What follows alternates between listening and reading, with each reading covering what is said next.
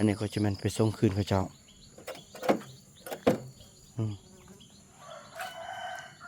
ถูกตั้งเนี่ยตั้งเขาจะได้เก็บเมียนโอ้หลายอย่างเนาะนะบอลยำกันเมื่อวานนี่โอ้โธ่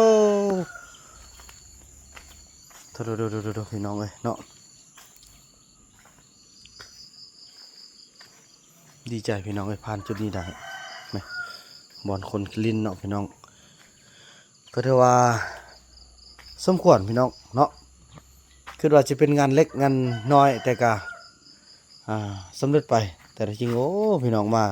าแต่บรรดาองค์การแขวงเมืองเนาะทุกภาคส่วนอันนี้เป็นน้ำแข็งป้อยังบอกไอ้ล่าน้ำแข็งอันนี้ก็เป็นโต๊ะตั้งที่เอามาแต่บ้าน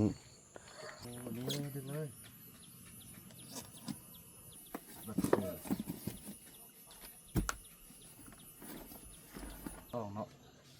อ๋อตัวพี่น้อง150ไปไม่เลยเนาะใบไม่เลย1 2 พันอันเนาะน้องเอาไปใส่ซีนี่เนี่ยซื้อเนี่ยนี่เป็นหัวในกระเจี๊ยบบริหารอันทีมงานต่อเตียงเนาะส่วนห้องเดียวฮันน่าจะเป็นห้องมือกองเนาะห้องเบาอันบอแม็กเนาะบอแม็กโพมือตากองมาเพิ่มราคาเดี๋ยวตัดวิดีโอห้องนึงก็ถือว่า200,000รวมกันก็ได้700,000เนาะขอบใจFCผู้มีน้ำใจแบ่งปันเหมือนฟ้าบันดาลให้สร้างรายการนี้มาสวยเหลือคนทุกข์คนจนหรือคนด้อยกว่าด้วยแห่งศรัทธาบุญนำพาได้มาร่วมทาง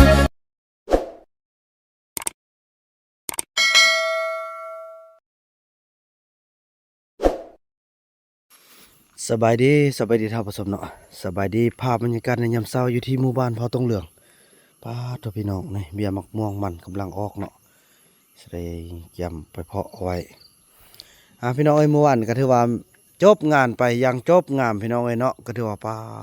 โถโอ้เป็นผลดีเลยพี่น้องเอ้ยฝนตกเนาะแต่กาเวียงงานเราก็ได้ทุกอย่างถ้าฝนบ่ตกคนมาเต็มนี่ถือว่าเราจะบ่พอพี่น้องเบียร์เนาะจำนวน50 หลังสรุปรวมแล้วเมื่อวานนี้เอาเบียร์มา50 หลังหมดไปอยู่30 หลังพี่น้องเอ้ยเนาะเนี่ยโอ้สาวติกคนกานอนอยู่นี่พี่น้องแล้วก็มีนางจอมเนาะเพิ่นก็มาส่งข่าวอายงเป็นไข้พี่น้องเอ้ยเนาะแล้วก็พ่อคิงก็เป็นไข้ให้ไปปัวแต่เดี๋ยวนี้หันนอนอยู่หันเนาะไปทำเบิ่งสาลีโอ้สาลีตื่นแล้วป้าม่วนนำเมื่อวานนี่เนาะป้าตัวพี่น้องใส่กันเต็มที่เลยเมื่อคืนนี้ก็ไปส่งเบาเตียงเนาะไปนอนอยู่บ้านพักไปเลี้ยงอาหารอันนอกอีจอมบ่ตื่นด่ะบ่จิ้มนะ มันค่อยว่ากันเนาะเพิ่นส่งข้าวยังก่อนเนาะอันอียงไข่เนาะอียงไข่กับอันพุทธก็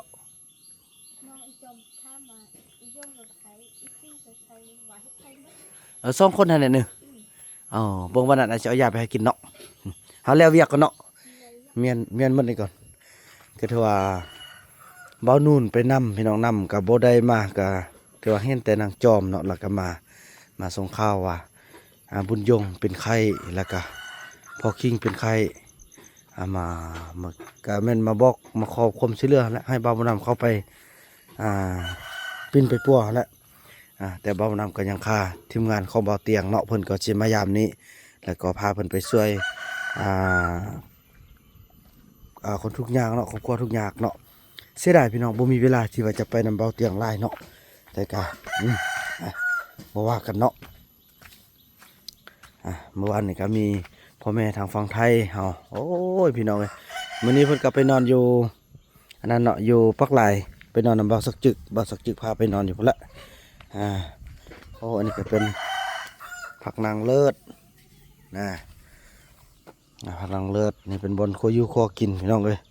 ไม่เกือบบ่นำเฮียพี่ก็บ่ฮู้มาเลยเวียกหลายพี่น้องเอ้ยป๊อดพี่น้องหลายกว่าอันเวียกของอันแต่งดองของซาวลีอีกเนาะค่าโต๊ะค่าเต็นท์นี่สรุปรวมมื้อเช้านี่บ่าวนำก็โอนเงินให้แล้วจำนวน2ล้าน2ล้าน550,000เนาะครับก็จบไปพี่น้องเอ้ยทุกอย่างเนาะโอเคละโอ้ยพี่น้องเอ้ยดีอกดีใจกับทุกๆคนที่มาเบิ่งมาแยงผ่านไปพี่น้องเอ้ยเนาะอันนี้ก็จะมันไปส่งคืนเขาเจ้า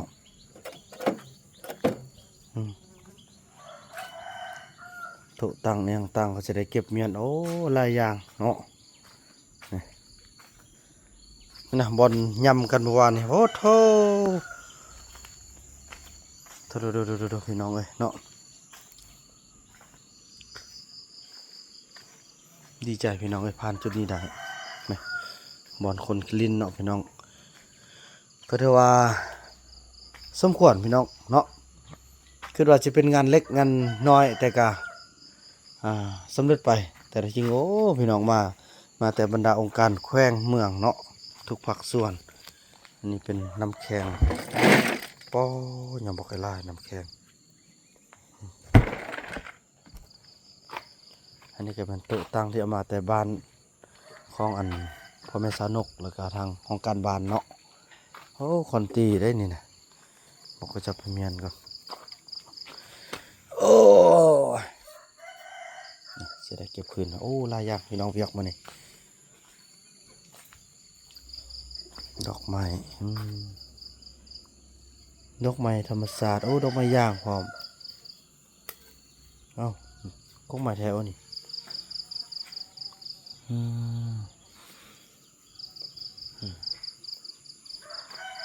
ทั้งเมืองเข้ามาตกแต่งสถานที่เนาะจบไปพี่น้องเอ้ยผ่านไปเบิ่งเบียร์ทุเรือบ่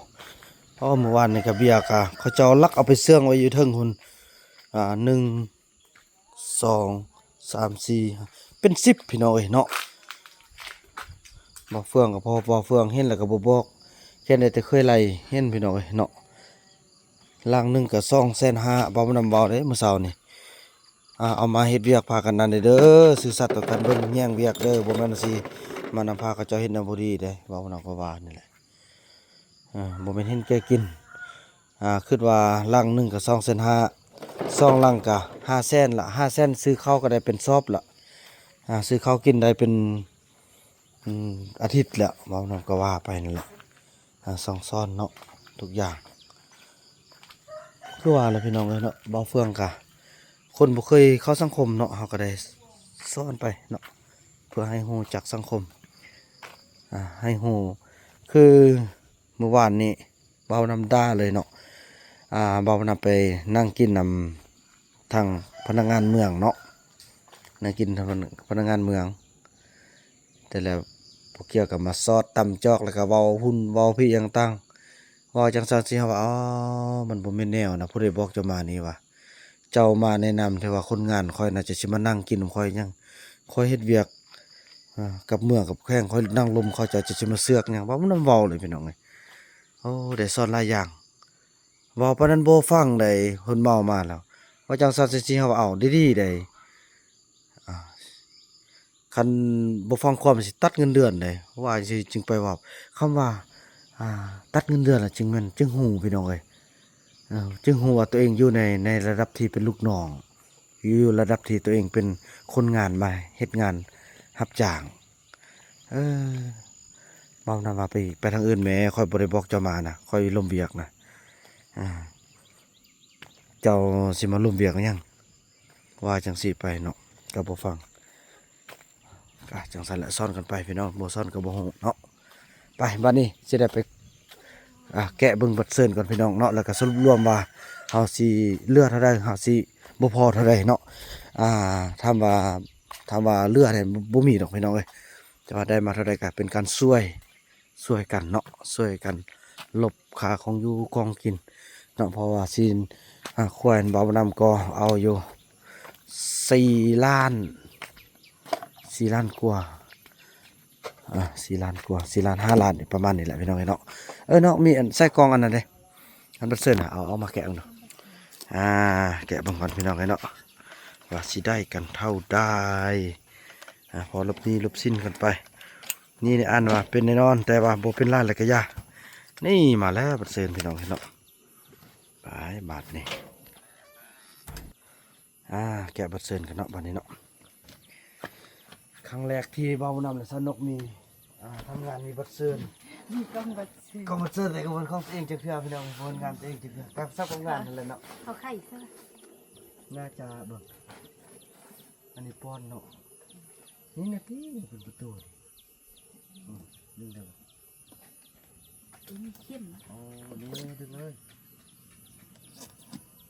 โอ้นี่เข้มเลย บัดเซิร์น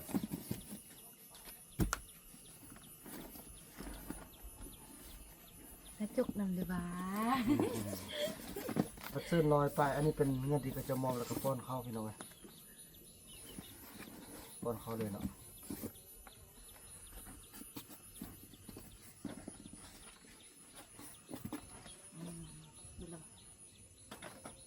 พดละพกไปเลย อันนี้มันเจ้าของเต็นท์เขาจีนั่นเลยพี่น้องไอ้เนาะมีลอยกับลอยกับ6แต่ว่าลบ2เหลือลอยกับ4บัตรเนาะแต่เพิ่นมาส่งนี่จากบัตร1 2 3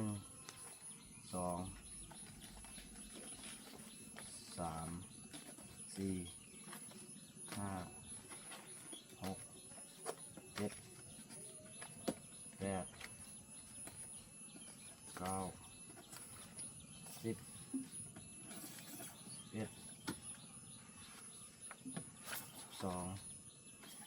13 14บาท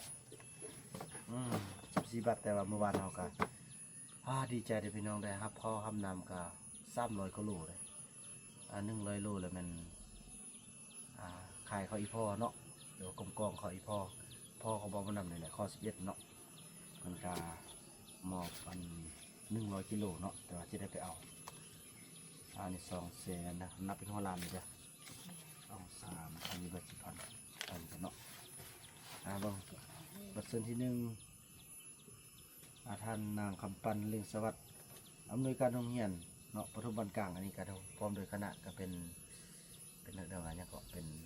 โรงเรียนข้องกันลูกสาวเต้าพี่น้องเนาะมันก็มาส่งบัตรเส้นพี่น้องไกลบุไกลคนกมาเนาะ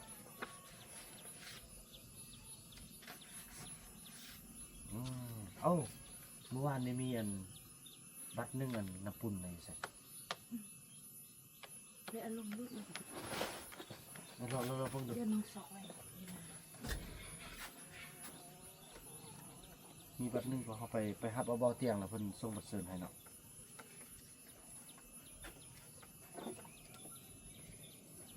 1 2 3 300,000มี300,000ไปหน่อยเนาะอันนี้ก็จะได้จ้องไว้เป็นที่ระลึกเลยเยี่ยมไปตอบผู้ใดการเฮาเนาะ300,000ท่านแนกประธานสมาคมผมเป็นนักเรียนประถมบันกลางเนาะอันนี้ก็คือประธานสมาคมเนาะที่ทางบันกลางที่ว่าโรงเรียนเข้าหนองเต้านั่นแหละ ดูเชื่อว่า มันอยู่รถบนเนาะเราเอาไปแจกไปค่าย ไอ้บ่ได้อันเอาลูกมัน จักลืมเลยนะใช่หรอ200,000พี่น้อยเนาะทันแนกไปตอบเกี่ยวเลยพอดีได้บัตรเซิร์นผู้เกี่ยวเลยบัตรเซิร์นมือวันที่29เนาะเราก็จะได้ส่งประมาณ250,000เนาะลงรถเนาะ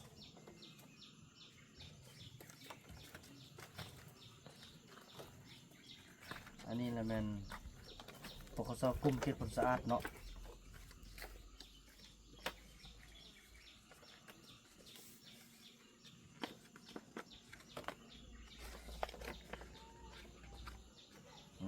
200,000 กลุ่ม200,000จื้อไว้แล้วเนาะ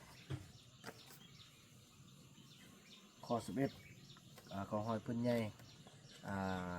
ขายของพ่อบาวบุญนำนั่นแหละพี่น้องเอ้ยเพิ่นก็มอบอันนั้นเนาะเพิ่นก็มอบเขา1กิโลเนาะ100,000กีบ100กิโลแต่เพิ่นใส่ซอง100,000กีบเนาะหัวหน้าคะแนนการเงินจอ201อันนี้เอาไปแล้วเอาไปใส่หวังเอาไอ้เน่าได้นี่นะ200,000200,000มึงไปเบิ่งหน่อยเดี๋ยวไอ้ไว้ใส่แหละ200,000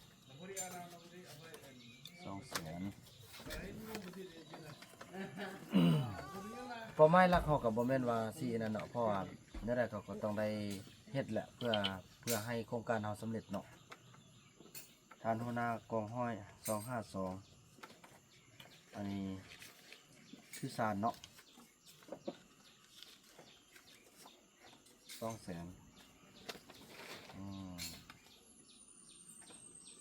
ข้อ2เนาะหัวหน้าแผนกเทคนิคของพันใหญ่201นี่ค่ายเก่านี่100,000เนาะโอ้ทานอาหารใส่น้ำปุ่นนี่เนาะ โอ้ยพุ่นแล้วว่ะ เขาป้อนเนอร์ให้แล้วทานอาหารใส่น้ำปุ่นเนาะอันนี้ก็ถือว่าเป็นทานอาหารที่พวกเขาได้ออกไปพาเบาเตียงรับประทานอาหารพร้อมด้วยทีมงานตอนแรกเนาะอันนี้ก็นับแล้ว500,000พี่น้องเนาะโอ้อันนี้สมละที่พอไปกินนั่นตลอดเนาะไปเท่าไรเป็น2-3 ล้านพี่น้องเนาะไปกินก็จะแล้วโครงการนี้มาฮอดที่นี่นะพี่น้องไอ้บ่าวนำกาได้ทุ่มเงินบ่แม่นน้อยๆเนาะ บอกจริงเลยมาแต่เทื่อก็ได้เลี้ยงข้าวเลี้ยงน้ำเนาะอย่างต่าง1 2 3 4 5 500,000ใส่ปุ่น500,000ยันตัวตึง ให้ในบ้านนโม ในบ้านนาโมเนาะสมเด็จคณะอันนี้200,000เนาะ200,000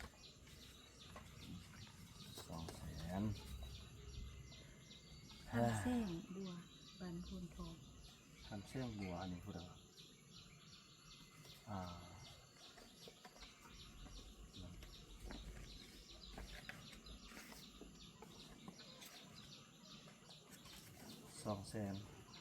ทำเชื่องบัวนี่เป็นยุบานเขาเนาะชื่อเลยทำเชื่องกันไปทำเขาเพราะว่าเป็นทางเมืองเนาะเมืองเป็นผู้ออกรับเชิญให้อันนี้นั่นท่านเจริญบุญญาวงศ์อันนี้นักธุรกิจเนาะท่านเจริญมีคนใส่อยู่1 2 3เนาะท่านพระทุอัมพรอันนี้หัวหน้าแผนกก่อสร้างอาคารผู้เป็นมอบข้าวหวานพี่น้องเนาะเป็นมอบข้าวแล้วมันก็มาส่งบทเชิญโอ้พี่น้องไว้ดีใจโอ้นี่รายได้เนาะโอ้นี่ก็เป็นนักบุญอีกท่านหนึ่งเลยพี่น้องทั้งเป็นทหารครอบครัวเนาะเป็นนักบุญอีกพี่น้องเป็นช่วยวัดช่วยคนทุกข์คนยาก1 2 3 4 5เนาะขอบคุณเด้อพ่อแม่เนาะแต่ว่า500,000นันแสงอัมพรอันนี้อัมพรเนาะ500,000มีพันโทบุญจันทร์หัวหน้าห้องเหียนชุนฝึกโซซ่องเนาะก็ถือว่าหัวหน้าห้องเหียนการทหารฝึกการทหารที่น้องชายบาบุญนำไปฝึกมาเนาะพี่น้องเนาะได้ไปเป็นน้องฮักเนาะกับเจ้าก็เป็นลูกเลยเขาเจ้าข้อเป็นลูกเป็นเต่าเพราะว่าน้องชายบาบุญนำเป็นคนที่ดูมั่นแล้วก็ซื่อสัตย์พี่น้องโอ้ไปใส่ก็มีแต่คนฮักคนห้อมพี่น้องเนาะน้องชาย1 2 3 4เนาะ400,000พี่น้องเลยแล้วก็มีทางพันโทสมพรกันทวงศ์เนาะหัวหน้าแผนกคนขวาสร้างรวมซ่องเนาะตัวพี่น้อง150เป็นไม่เลยเนาะใบไม่เลย1 2 3 4 500,000เนาะอันนี้ของตัวเขาบวกเนาะ ตัวอันนั้นของต้น พี่ พี่น้องเอ้ยเนาะก็คือว่าอันนี้เนาะพี่น้องก็ถือว่าจะได้ไปเกี่ยมอันนี้เนี่ยบ่แม่นหยังพี่น้องเอ้ยบ่นำจะได้ไปแบ่งบรรเทาเกี่ยวกับการอยู่การกินระหว่างที่บ่าวเตียงมาอยู่นำบ่าวบ่นำเนาะแล้วก็จะว่าเรื่องเดินทางอหย่างต่างช่วยกันเพราะว่าเป็นการลดพรค่าใช้จ่ายอหย่างต่างเพราะว่าเมื่อวานนี้ก็บ้านพักบ่าวเราก็ได้จ่ายให้เนาะถือว่าอยู่5ห้องถึงอยู่700,000กว่ากีบ700,000กีบก็ถึงอยู่1,000ปลายกว่าบาทแล้วบัดนี้ค่าอาหารอหย่างต่างบ่าวเราก็เลี้ยงคาบหนึงตอนที่ว่าพบกันก็ถึงอยู่400,000กับ10,000เพิ่นเอา400,000เนาะก็ถือว่าบ่าวนำจังซี่พี่น้องเอ้ยเบาเตียงคำจะฮู้ดีเนาะผู้ใดมาหาเบานำเนาะแล้วก็หลายๆคนมาหาเบานำที่ว่ามาแต่ไกลเบานำจะเทคแคร์ทุกอย่างนับกันอยู่กันกินเนาะทุกอย่างเบานำก็แม่นอยู่บ่มีแต่พี่น้องเอ้ยแต่ว่ามีจิตใจที่อยากมีความรักอยากมีความเป็นหมู่เป็นเพื่อนเนาะเมื่อเฮาไล่เดินเป็นหัว10เป็นหัวล้านเลยเนาะ1 2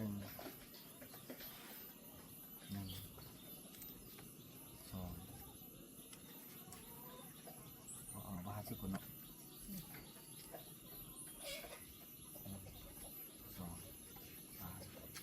4 5 6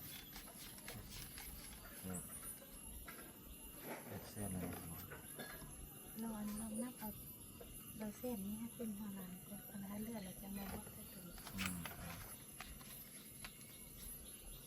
2 3 4 5 6 7 8 9 10 1 2 3 4 5 6 7 8 9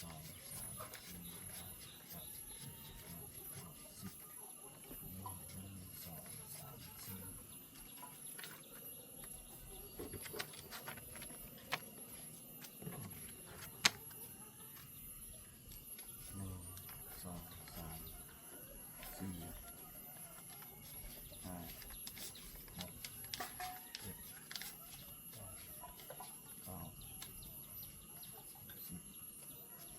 เป็นหัวหน้าแล้วนั่นเนาะ1 2 3 4 5 6 7 8 9 10อันนี้ก็เป็นหัวล้านแต่จะ4 ล้าน 4 ล้านโอ้ทำเป็นเงินบาทนี่รวยแล้วเฮานะเดี๋ยวบัดเซิน4 ล้านนี่4 ล้านกว่า1 2แสนกับ10,0004 ล้าน เนาะ 2 แสน น้องเอาไปใส่ซื้อมื้อเนี่ยซื้อเนี่ยนี่เป็นหัวนี่ก็สิไว้บริหารทีมงานบ่เตียงเนาะส่วน อันไอ้ว่าอันห้องไอ้บ่ลงมี5คนเลยอันเอา3 ห้อง3 ห้องนี่มี2ห้องเตียงคู่2แล้วก็เตียงเดียว1 5มี5 คนแต่ว่ามี5 คนมี5 ห้องเนาะ5 คน3 ห้องมันลงกันแล้วนี่นะแม่นแหละก็ถือว่าถึงอยู่700,000กีบเนาะห้องหนึ่งห้องเตียงคู่หันเป็นห้องใหญ่เนาะห้อง250,000เป็น2 ห้อง500,000แล้วก็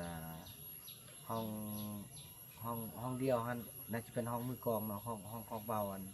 บ่แม็กเนาะบ่แม็กโพมือตากองเพิ่นก็ได้ตัดวิดีโอห้องนึงก็ถือว่า200,000รวมกันก็ได้700,000เนาะพี่น้องเอ้ยเนาะจังซั่นแล้วพี่น้องเอ้ยเนาะถือว่ามาฮอดนี้บ่าวนำกะขอบคุณทุกท่านเนาะที่ให้ความอุปถัมภ์คำสู้ให้การเบิ่งแยงและการสนับสนุนเนาะแต่บ่าวนำก็จะได้นำเอาเงินก้อนนี้เกี่ยมไว้บริหารทีมงานบ่อเตียงจนที่ว่าเพิ่นได้ออกจาก